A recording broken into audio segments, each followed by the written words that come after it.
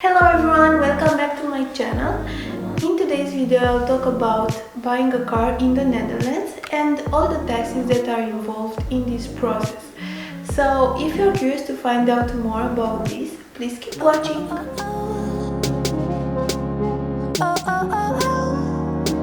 So the first thing I want to talk about is that when you want to buy a car here in the Netherlands, you need a passport.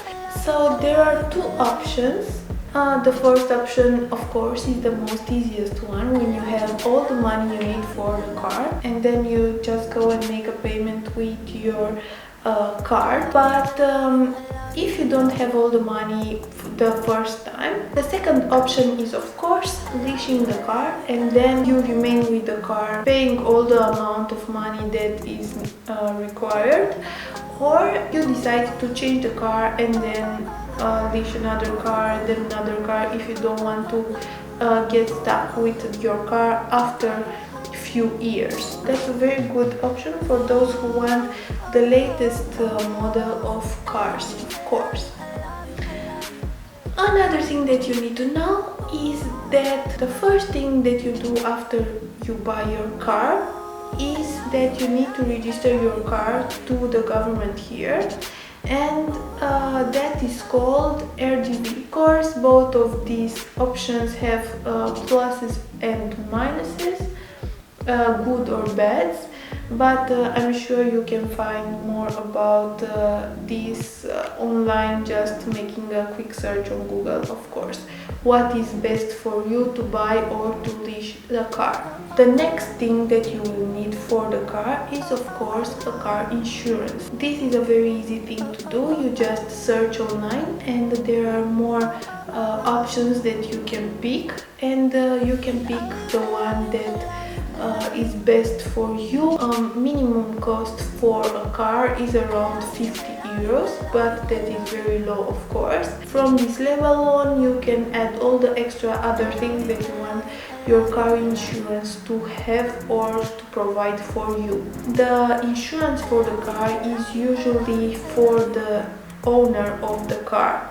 So if you own a car, then you need to make an insurance on your name. And if you want to give other persons that car to drive, you are not allowed to do that if you are not in the same car with the other person. So this is something that you need to consider when you want to share your car with other drivers. Then the other thing that you need to know is the tax. Here in Netherlands they have road taxes. There are taxes for the road. This road tax can be higher or lower if your car is smaller or bigger or lighter or heavier.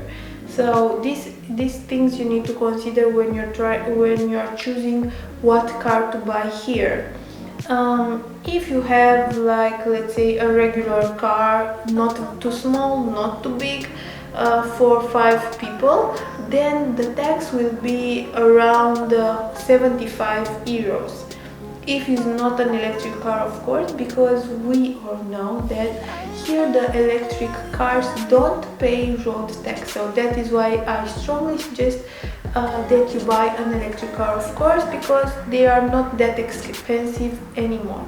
That is why most of the Dutch people tend to have smaller cars, like for 2 persons, like a smart kind of car, that are very small and compact, and they have a very light weight.